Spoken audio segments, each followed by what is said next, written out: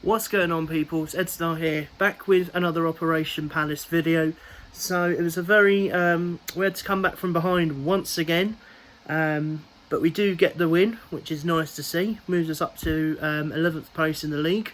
We were 10th place, but obviously because Wednesday's games have now been played, and Fulham winning against Aston Villa means then they're back up in the top half, we're back into the bottom half. But I'm not going to complain, you know, we're 11th place at the moment. Got a chance to build on that again next weekend with Everton. You know, it's not going to be an easy game, but we're talking about Wolves here. If I'm honest with you, we got very lucky. The first half, we were not good enough whatsoever. I'm just going to turn the light on because it's a bit dark in here. There we go. So yeah, we got very, very lucky indeed. We weren't good enough in that first half whatsoever. And we deservedly went 1-0 down. But we were creating chances. We just couldn't, find the right player. We couldn't find that final ball, is what I'm trying to say. We always lack that final ball, that final killer ball into Edouard, who can obviously finish. But, you know, there's other players on the pitch that can score as well. We did have to do it the hard way, though. I mean, they did have a couple of good chances, Wolves, in the first half, and they eventually took the lead on 31 minutes with a very avoidable cross, if I'm honest with you, because nobody closed him down whatsoever. That's Joel Ward's side. I don't know why he's in that centre-half position. He should be going to that right-back position and stopping the cross. And he gets the cross in, and the smallest man on the pitch, potentially, in terms of height, Adama Traore gets on the end of it and heads it into into a net, where I personally feel Tyrick Mitchell and Mark Gahey should have done more, and I definitely think Vicente should have done more. He should have saved it, personally, for me. But when you have a cross like that coming in of that calibre and of that quality, it's very difficult to stop it. So maybe I'm being a bit too harsh on the defence and goalkeeper, but definitely Joel Ward should be going out to that Bueno guy, stopping the cross. And yeah, and we pretty much go downhill after that. We concede another free kick just on the edge of half time, which wasn't even a free kick, and Chet Corey gets a yellow card for it and is actually now banned against Everton on Saturday, which is fucking fantastic because the referee's an absolute douchebag. That's the last 2-3 games we've had now where the referee's been an absolute douchebag, especially at home, you know. And then Ruben Neves steps up to hit it. I'm thinking he's going to nail this and he's going to go in the net. Nope. It hits the fucking post. I was in the bar at this point, getting my pint, thinking, shit, we got lucky here. We got absolutely lucky we didn't get fingered in that first half. That's probably not the right terminology, but you know what I mean. So at that point, I was thinking, fucking hell, this has seriously got to improve. And it only took 2 minutes of the second half to get back on level terms. Michael Elise, with his wonder right foot, delivers an absolute peach of a cross to Eber Chieze, who's completely unmarked on the edge of the box, let me just remind you, and heads it across goal, and Jose Sarr's got no chance in the Wolves' goal.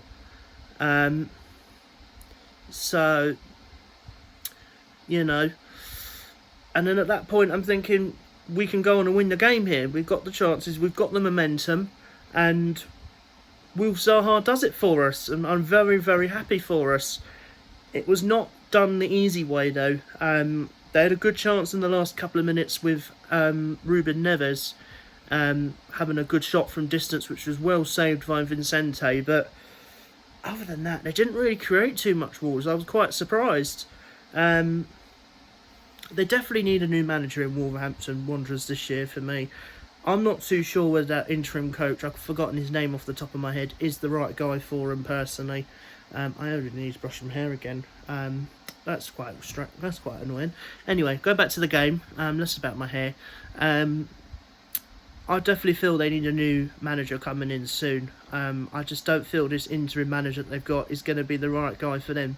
I get he's Wolves through and through, but at the end of the day, you know, are they going to stay up? I'm not too sure at the moment. If they keep playing the way that they are, it's quite hard to see them staying up. And I'm being quite real with that. I was quite bold to put them quite low down on my Premier League predictions table. If you've not seen that yet, go check the channel page for it. But as I stand at the moment, I can, you know, I'm quite happy with where we are at the moment. We got the win, we got where we needed to be, and it's another chance to kick on Saturday. Talking of Saturday, tomorrow, I will be doing a double upload today. So I will be doing this Operation Palace video, which will probably go live maybe 3:15. I'm not too sure off the top of my head. It depends on how long it takes to upload. But I will be doing another preview to Everton tonight on the channel, so please check the channel page out for when that does go live on the channel. You know, I will be doing another preview for that, so keep your eyes fixed on the channel page. But without further ado, let's crack on into the player ratings for this game against Wolverhampton Wanderers. Starting off in goal, Vicente Gaeta. He made a couple of good saves, but I definitely feel he could have done more to prevent Adama Traore's goal going in. I definitely feel he should have done a lot better, but, you know, at the end of the day, he made some good saves, so I'll give him a 6 out of 10. Tyrick Mitchell was up next at left back. I definitely feel he could have done more to defend the goal against Wolverhampton Wanderers, Adama Traore. So I'll give him a 5. Next, I'm going to go into Mark Gahey. Again, I felt he could have done more to defend that, what's his name, Adama Traore goal. But he did defend well in the second half to give us the win. So I'll give him a 6 out of 10. Next, I'm going to go into Joachim Andersen. He's got some wonderful long balls on him. It's fantastic the vision he's got. He likes to set up the counter-attack for us, and I definitely think he's an asset to this club, and we cannot afford to lose him. So I will give Andersen a 6 out of 10 as well. Next, I'm going to go into Joel Ward.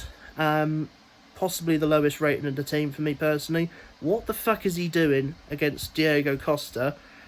He's just got to make a tackle, and he's sliding around on the floor, scrambling to get it clear. And somehow Vicente makes a good save from it, but that's Joel Ward's error. And then for the goal, why is he in the centre-half position? He needs to be going to right-back. That is where his position is. He needs to be going to stop the cross. It was not good enough. And for me personally, I just can't see him, you know, let him have his 10 years, let him have his 10-year testimonial. I respect him for what he's done at this club. He's been the only player since 2012 to stay at the club, you know, for right now, and Wilf Zaha, but, you know, I respect what he done, but it's time for him to, you know, move on. For me personally, I don't think he's good enough. I'm going to give him a 4 out of 10. I thought he was very, very poor. Next, I'm going to go into Hector Corey. He smashed the post in the first couple of minutes of the game with a wonderful shot from distance. He was very unlucky not to find the net. But I thought he was a very good player. He was very good for us. Unfortunately, he did get a yellow card, which means he will be suspended for the Everton fixture, which is rather disappointing because I feel we are going to need him for that. So I don't even feel his yellow card was a yellow card. I thought the ref was an absolute fraud, but being biased, you know what that means. So I thought he was very good, and I'm going to give him a 6 out of 10. Next to him was Jeffrey Schlupp. I don't know what he did in this game. I really don't. I don't know what he brings to the team. I don't know why Vieira keep constantly picking him. I thought he was poor. He kept giving the ball away for me personally. He didn't look comfortable at all. So I'm going to give him a 4. Next, I'm going to go into... I'll go Eberechi Eze next. He got us the equaliser. Got us back into the game. He didn't have that service in the first half, but you can quite clearly see when he's got freedom around him, he's unstoppable. He's absolutely unstoppable. I thought he was very good, and I'm going to give him a 7 out of 10. Next, I'm going to go to the right hand side, which was Michael Elise. I don't think he had the best first half. Let's be fair. I don't think he had the best first half whatsoever, but he got the assist to Eberechi Eze's header. And that was a wonderful cross. Absolute peach of a cross. And he looked threatening. So, Second half was much better. First half was disappointing. So I'm going to go in the middle and I'm going to give him a 6 out of 10. I think that's quite fair. Let me know what you think in the comments down below. Next I'm going to go into Wilf Zaha on the left hand side. He got the winner for us. And he in the first half he didn't look very interested whatsoever, in my personal opinion.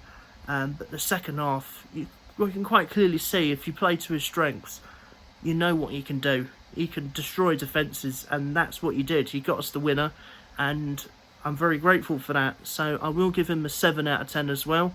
And I'm going to give Eberechi Eze my man of the match. For me personally, I thought he was very good. And finally, Odsonne Edouard.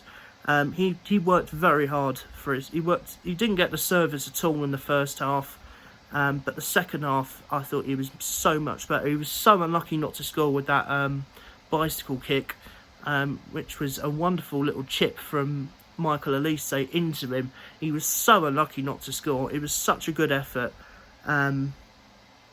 But he worked very hard for the team. And for that, I would also give him a 7 out of 10. I thought he was very good. And that's pretty much it, really. The defensive players that came on didn't really have much time to make an impact. Because we didn't actually make a sub till about 70-75 minutes. So I'm going to give all the substitute that came on a 5 out of 10. But that is going to be it for this Operation Palace video, ladies and gents. I was very happy with the way the team lined up. It's disappointing to concede first, but at the end of the day, it's not the end of the world, is it? We came back, we did what we had to do, and we move on to Everton tomorrow, Saturday afternoon, 3 o'clock. Literally 24 hours from when I'm finishing this video. So please make sure you check the channel page out tonight, ladies and gents. I'll have another video about maybe 11:30, depends on what time I finish work tonight. But I will have another video out for you tonight, so please check the channel page for it. I do apologise that there's no gaming videos on the channel at the moment. I'm trying to sort out a microphone so I can get better content out for you there. But again, you know, cost of living at the moment, it's so mentally draining at the moment. I'm always got no money whatsoever, you know, and you know, I'm going to talk about something that's quite personal in a future video. So yeah, that's going to be it for this Operation Palace video. Thank you all so much for watching, and I will see you for the next video very, very soon. Come back this evening.